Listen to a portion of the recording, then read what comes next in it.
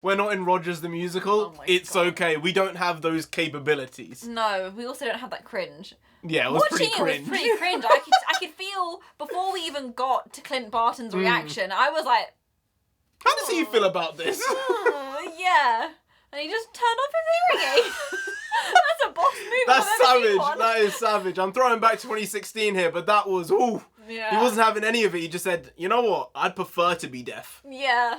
I don't want to hear this shit. Hey, NarendraTheComic and Nonsense. yes, and right now we're going to be doing our review of Hawkeye episode 1, and we thought, hey, we don't want to watch this show yet. We want to give it some time. Basically, we wanted to wait till December the 1st. Yes. Let's be fair, that's what we wanted to do because Christmas times are here. They are coming, the Christmas tree is up. People are singing Christmas songs on the radio. I mean, they have been for the last 2-3 weeks, but beside the point, it's now here, it's upon us, and we said, we'll do it now. Yep. And boys, I enjoyed it. There were some proper laughs in this show. I had very high expectations for this show compared to the others. Yeah. Because it seemed the most based in reality. And the characters seemed like they could have great growth. Yeah. And I'm already enjoying it. There was a lot of physical comedy. Sometimes it was a bit over the top, but I think most of the time it worked really, really well. Haley Steinfeld's superhero run needs to be worked on, Yeah. but I think that's something which we'll see progress as the show goes on, because it was funny how bad it was in those first few scenes. It was kind of cute though. Like there was this element of naivety to what she was doing and the way she was doing it. By the end of the season, I want her to do the proper superhero bolt and to look iconic. I want it. She has the figure for it. Yeah. She can do it. She's got she the can length. pass it off. She's got the height. That's the big thing. Yeah. That's the important thing. You need the height more than anything else. Because if you don't have that, it'll look like an Oompa Loompa. Yeah, you're going to look like a fumble. You know? I suppose then you have the Tom Cruise run though. Ooh. You know, the one where they pan out from you Yeah. instead because, you know, you're only 5'5", 5'6", so you get away with it with the pan out. Ooh, yeah, I Yeah. guess. Out here making enemies. And people about their height. Oh no, Scientology, no, oh no. Oh no. Hey, I'm not saying anything, alright? I know some things. Scientology, it's not something to joke with. That's all I'm saying. Let's not joke about anything. No? Back to the show. I feel like the elements of the first episode were kind of see-through with the whole, oh, she's a bit of a rebel and she comes home and her mum, surprise, surprise, is engaged. Yeah. And it was a surprise to her, but not No a one surprise else. to us. Yeah, no one else. Not the people at the event, No. not us. It was like, oh, that makes sense. Yeah, I enjoyed it. I do have some questions already coming up about certain characters, like the character of Armand III, the character of Frank. Yeah. Are they related is the big question somehow. I think they are, you know? Yeah. Why would Armand III be giving Frank advice, being like, you don't want to marry her? Because he was alluding to that in the conversation he had with Katie. And he wouldn't do that unless he knew him really well. Yeah. And so I think that might be He's his dad, father or uncle. Yeah, I'm leaning on uncle. I think the show started off really strong. I think the kid was annoying. The voice was annoying more than anything else. But you did feel. Yeah. You did feel for every single scene that happened in that first 5 minutes. And they replayed certain scenes from the Avengers in 2012 with a different sheen to them. And you see where she got her inspiration from for wanting to become an archer. Yeah, and it was pretty heavy, but in like a very light way. It was heavy in a light way. She is a wordsmith. I'm Thanks. telling you. Thanks. What I'm saying is the concept was really heavy, but Katie's response to this trauma was this ability to move forward that a lot of people don't have. Yeah. And I think that's what makes her a fighter, which we're going to see in this story. I think it was a believable fighter nature rather than it being super forced. I think very often it's not about it being a female character, even with male characters. Sometimes it just doesn't feel right. It feels like you're trying to push something for the sake of pushing it, or pushing a character in one direction just for a particular reason that doesn't really suit them. I kind of almost bought the kid in this instance, but I understood the motivation, which was the most important thing. Even if the kid wasn't exactly pulling it off, the motivation was there, and you saw that through the character. The opening credits as well. Very well done. I would have preferred more Hawkeye in there. Yes. Because you can clearly see this is a Kate Bishop show, not a Hawkeye show, just from the opening crawl. Like, the episode was cut up into different parts where Clint had predominant screen time with his family, and then she had predominant screen time with her family. But I do think that I would have preferred a bit more Clint overall, but especially in the opening credits, because it's like, guys, while it was interesting and they showed essentially her entire adolescence and her learning process through the credits, which was genius to be fair. Really smart. a bit more Clint would have been nice. Yeah, it would have been a bit nicer, but I understand with saying that we don't need any extra exposition. We can use this to show her journey. There was the intersection between their two stories. We see where he is with his family, just want to go home, see the wife, spend Christmas together. Have the family life. Yep. And then for her, it's, oh no, I'm back home with my family. My family seems like it's been ripped apart in some ways by this addition, and I don't feel like I'm at home when I'm at home. It was a different type of situation, you know? And then their stories kind of collided towards the end.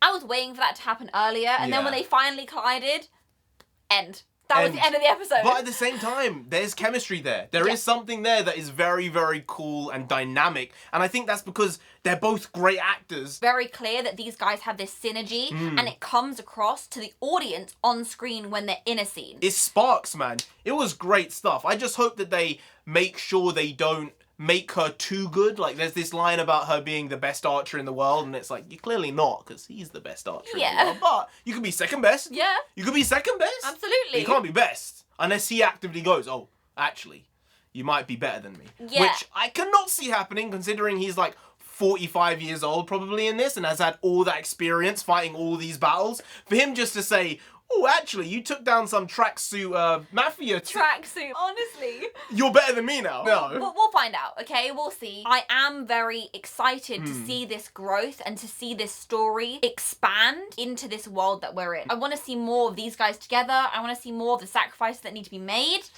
Yeah? I'm here for it. I'm here for the street level heroes, alright? I've always been a fan. I've always been like, this is the good stuff. This is the nitty gritty. This is the stuff everyone wants to see. And if you can fold Daredevil, if you can fold Kingpin, but Daredevil, there's a chance. Kingpin, there seems to be a bigger chance because the big man himself, Vincent D'Onofrio, seems to be tweeting about this show left, right, and center. Those spoilers? Yo, all we need is He's not saying anything, he's just saying it's a great show. Just see a silhouette. A big boy. If we hear the voice, just like a second, even over the phone, the internet's gonna explode. It will. Apparently the ratings for this season haven't been great so far compared to the other Disney Plus shows, but they have that Kingpin cameo. They have a Charlie Cox Daredevil cameo. Bam! Boys. Bam! It's done. For me, this is already one of the best episodes of the entire Marvel Disney Plus shows. As a premiere episode as well, it hooked you better than all the rest, honestly. I think Loki had a good opening episode. I think Falcon and Winter Soldier's opening episode was okay. And WandaVision's was all over the place, but I think that's because of the story they were specifically telling. But I think for me, this is probably the best one. I think also when you consider that all those other stories in the first episodes were mainly pre-existing characters, with this one we have an eye into this new character, Kate Bishop, and they've snared us, which is difficult to do considering she only had half the screen time. One thing I was interested to see was the fact that Clint Barton now has a hearing aid. You know, we've never seen it before. No. And this is very new. I know you previously mentioned in one of our trailer reactions that in some of the comics he wears a hearing aid because he needs it, right? Yeah, he has done in the past. I think it's something which they were always going to lean into because it's a distinct character point for him and has been for a handful of years now. There's clearly a reason why he's going partially deaf or needing the hearing aid to the extent he does. I would think it's probably to do with Endgame, the bombs and all that stuff. Maybe he burst his drums. I mean, it's very believable in the fact that the amount of battles he's been in, and he is just a human, guys. He's not superhuman. He's not Captain America. His body is going to start failing him. So the fact that he maybe has become partially deaf or perhaps fully deaf in one ear, it makes sense. There's going to be something with him losing the aid and struggling to hear at one point or another and having to get the aid back. There has to be something to do with that. But him still being capable and able to do things even without the aid. I think when watching the show, the Rogers show itself, which was an absolute fiasco, all right? Yeah. We said cringe, it was high-level cringe, next-level cringe, cringe 666. Yeah, That's how cringe it was. And there was stuff in there that was factually, I say factually, it's a comic book film based on a comic, but it's factually wrong in the universe. The canonical stuff going on there. Ant-Man. What was Ant-Man doing there? Stop it. What on earth is happening? I think that just shows how ridiculous it is. But at the same time, I think Clint was having a bit of ways with the Nat thing going on. Yeah. Because there was something there where he was thinking to himself, ooh, she gone. Yeah, and even his daughter came up to him when he left to be like, look, it's okay, she was your best friend. And he didn't actually want to have the conversation, he just gave her a hug instead. Yeah. Which is a classic, I don't want to have the conversation, let's just dip and avoid this. Yeah. Right? Which I understand, like, it must be really, really difficult for him, so I kind of want to see him work through that. Obviously not fully, because it's going to take a lot of time, but partially start working through that during the show. I want to watch episode 2, actually, to be honest. I haven't felt this about any of the other shows. Like, maybe WandaVision, just because it was the intrigue and the question marks.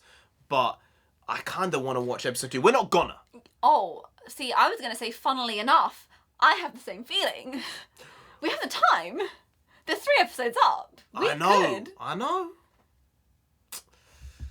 We'll decide. We'll decide. Maybe there'll be a review up tomorrow of episode 2. But for our first episode, some interesting action, one dynamic scene between the 2 leads, and I think that sets up the show in a really, really good way. And I'm glad that they met each other in the first episode, because there was this risk in my head. Maybe they won't meet till like halfway through episode 2, no, boys. or the beginning of episode 3, and he's on the hunt for her, maybe. Nah.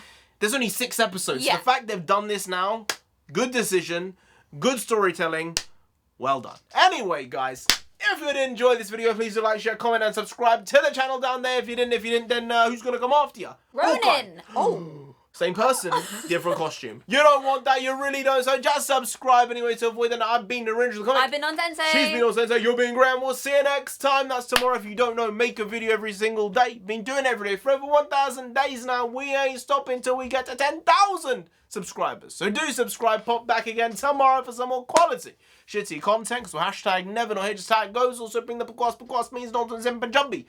We also bring that. Bring a lot, bring a little, do a lot, do a little, but we do indeed bring the quality shitty content on a daily basis. So see you tomorrow. More of the same, slightly different, but essentially the very same. Once more. See you then. Skadoosh.